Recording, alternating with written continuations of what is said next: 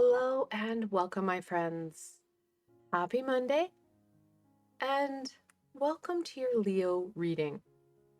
Yes, I know Leo, he's going to come pouncing in tomorrow. However, I wanted to get you guys this reading a little bit earlier because, well, there's a lot of big energies. Let's just add one more. I am so excited to see what this fixed fire energy does with Mercury in retrograde and all the other pieces and energies that we're dealing with. See what happens. Now, before we get going, I do want to wish all my friends who have a sun sign of Leo a very happy birthday. Welcome back to your energy, and I hope you guys have some yummy cake. Now, it doesn't matter where Leo lands or doesn't land in your astrological birth chart. He's a fixed fire energy and he will not go quietly into the night. So we're all going to be impacted by this amazing energy. The deck I have here, this is the Crystal Visions Tarot. It does have some really nice lion pictures. So I don't really have a lion deck. I just wanted, this is a great deck. I love it. So that was I can't find the lions because I'm looking for them right now. Hopefully we'll get some in the reading. And then I have the Angelic Vibrations Oracle because we've got a lot of big energies in play. Softening things as we can, I think will be a good thing. Let's get into this. And know that some of this rigid energy, because Leo being a fixed fire, he's rigid. Mercury in retrograde is rigid. The political, economic situations, they're rigid. Not a lot of flexibility here. So be mindful of that there is a lot of dominance. And if you are one that struggles with a lot of in-your-face energies, please use your tools to compensate. Selenite can help to break down and release some of these energies that are coming in your home and around you. Clear quartz is good. You need to make sure that you're dumping energies that are not yours, and like I said, using your tools to protect yourself. Oh, I love this. The Hermit, such a pretty card. She's in reversal. We have the Queen of Swords in reversal. The Queen of Wands. Look, a lion. I said there was lions in this deck. In reversal. The Fool in the upright. It's good to see that we have an upright card. The Eight of Cups in reversal. The Three of Swords in reversal. Lots of reversal, not necessarily a bad thing, especially when we have that 3. Got a bad light here. There we go. Now, right away with the Hermit and the Eight of Cups, these are reflection cards. You need to make sure that you're not doing deep dives during Leo. Leo's not great with reflection. It's too wishy-washy. And with all the bigger energies, especially with the Three of Swords, you're going to end up here. You're going to turn this card because you're diving into stuff that is still fresh and a little bit gooey. That said, the reason why we just didn't have the Hermit in reversal, we do need to do those little micro pieces and checking in. It's not going to be our first thing to do because, well, there's so much going on. It's more about wading through and just trying to get through things rather than actually being able to check in. Slowing things down to make sure that you are checking into yourself. So if the sads, the anger, the frustration, the fire starts to get out of control, you again can use your tools. Just like I said, we've got a lot of big energies coming in. You need to be able to check into where you're at, because other people, those big energies, they are going to be riding them like surfboards. They're just going to be all over the place, which can and will topple you.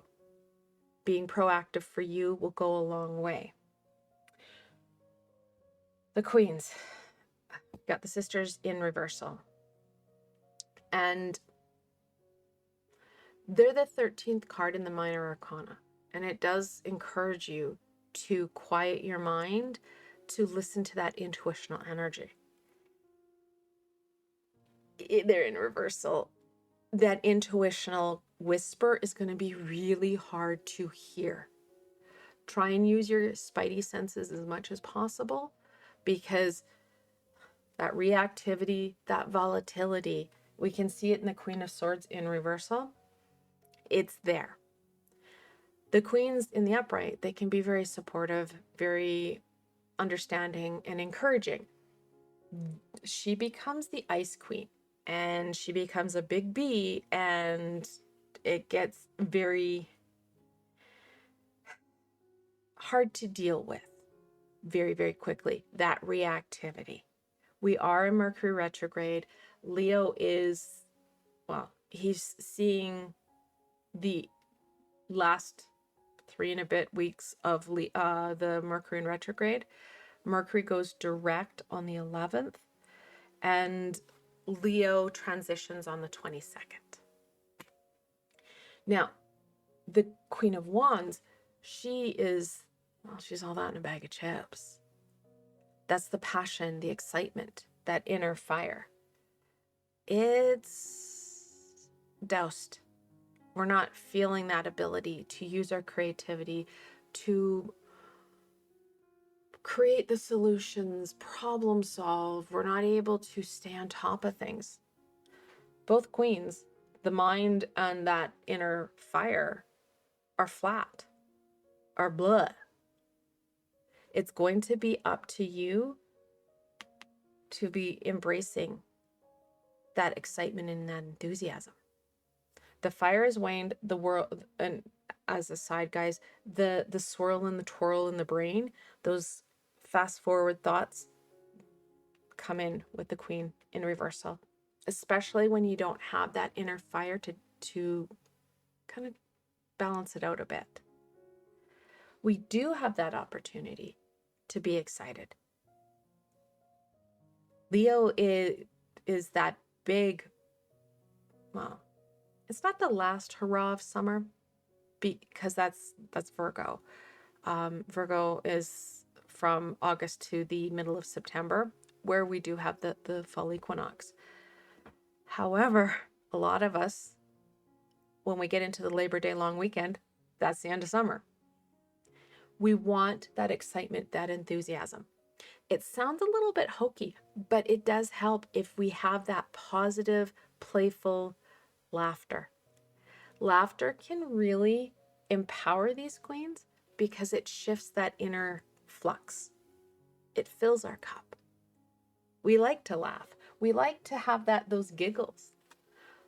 Try and incorporate more of it, because I won't lie, these are big energies, and they're going to be crashing and bashing about. So you want to make sure that you have that inner fire and excitement to combat, to be able to maintain your status quo. And can I tell you, I just looked up at the deck. I love the fact we've got those bubbles, really highlighting that playful, colorful beauty that we can embrace. We just need to, again, actively choose it. We also have a lot of symbols of butterflies, which talks about transformation. You do have that ability to do some little work, little steps for you to shift some of this into something that's going to be meaningful. The folly of pride.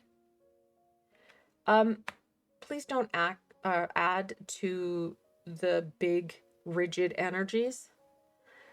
The more rigid you are, the more you're going to feel that instability, the more you're going to attract that volatility and reactivity.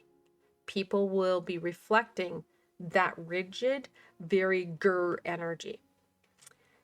Now, because Leo is that fixed fire, we do have that very active grr that is not going to help. We don't want the anger. We don't want that intolerance to seep through and topple you. Togetherness. Again, more butterflies. The ability to change things. Working together. I know, yes, communication's a problem. However, when we have that unity, when we feel like we belong, that's when things can change. That's when we feel like we matter, because we do. We need that connection. That collaboration and cooperation is huge. That's why I'm saying the rigidity is not going to help. Oh, forgiveness. Yeah. Part of this is forgiveness. This will trigger, and we know that because we've got the Three of Swords, past experiences, past traumas, the hurts. This is not about forgiving others. This is about self-forgiveness. And that can be the hardest one. Now, I do have supports on the channel. Archangel Zadkiel is amazing at the self-forgiveness piece. And I've got a lot of meditations and healings with him. Even if you're not a meditator, my friends, some of my clients, they like to use the meditations as they go to sleep. So they're not having to like carve out more time or try and quiet their brain. It's something that they listen to as they sleep so that Archangel Zadkiel can work with them while they sleep and doing some sleep work, some intentional work, because you've called him in as you're going to sleep. And I can tell you I do not have jump scares. There's nothing loud, crashy, or scary in my meditations. They are calm and, well, helpful, I hope.